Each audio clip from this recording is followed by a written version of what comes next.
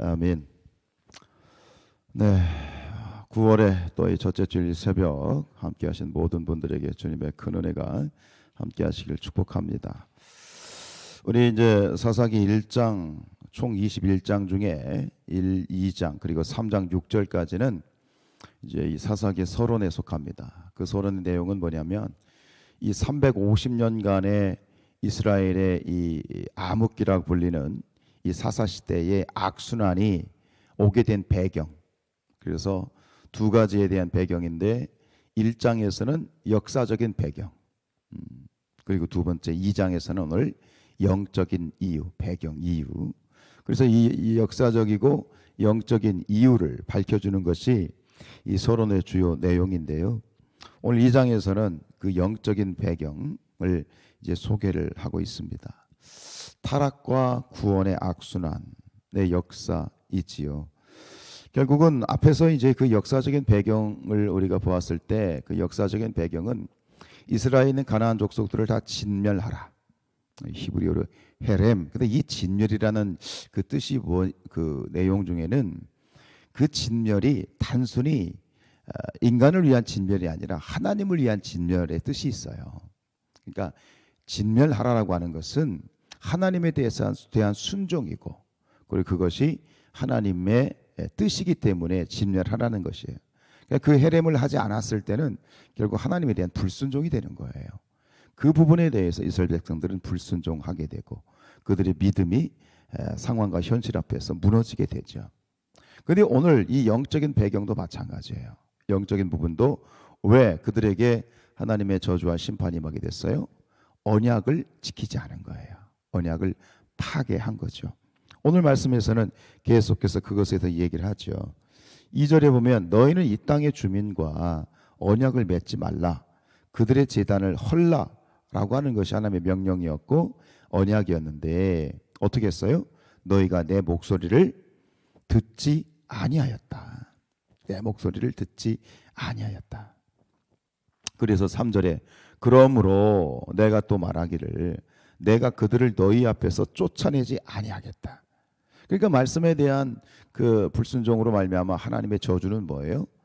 그들을 쫓아내지 못하게 만드신 거예요. 사실은 그들이 쫓아내지 못한 것이 아니라 하나님을 그냥 유지시킨 거예요.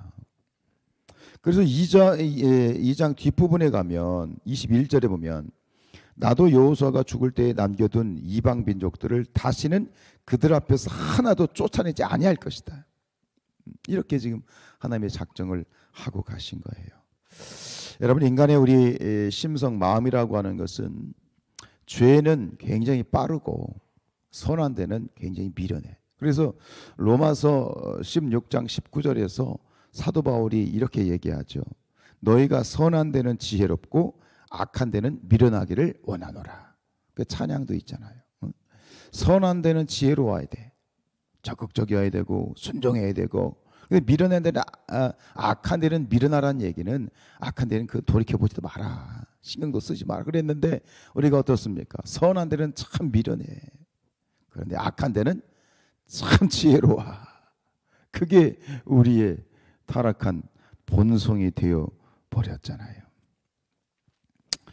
하나님께서는 사실 뭐 이런 부분에 대해서 누구보다 우리의 이렇게 미련함과 연약함에 대해서 잘 알고 계시죠. 그러니까 그것에 대해서 이스라엘 백성들에게 단호하게 말씀하신 거예요. 두 가지를 말씀하셨잖아요. 그 이스라엘 백성들과 뭐 하지 마라?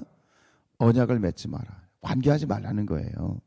친밀한 관계를 갖지도 말고 그들과 상종도 하지 말라는 거예요. 두 번째는 뭐였어요?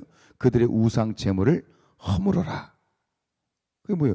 그들의 우상 숭배에 절대 하면 안 된다. 그러나 그 두 가지 다 불순종에 이르고 말죠. 이 인생의 미련함, 우리의 연약함, 결국은 너무나도 이 악한 곳에는 발빠른 것이 우리의 모습이죠. 악한 데는 너무너무 지혜로워요. 누가 시키지 않아도 악한 것은 너무나도 지혜로운 게 우리의 모습이야. 창세기 8장 21절에 보면 이제 그 홍수 사건 이후에 노후의 홍수 사건 이후에 하나님이 이런 말씀하셨어요. 내가 다시는 사람으로 말미암아 땅을 저주하지 아니하리니 이는 사람의 마음이 계획하는 바가 어려서부터 악함이라. 언제부터요? 어려서부터. 아이들이 천진난만하다고요? 천만의 말씀 만만의 공덕이에요. 아이들이 천진난만함? 그렇지 않아요.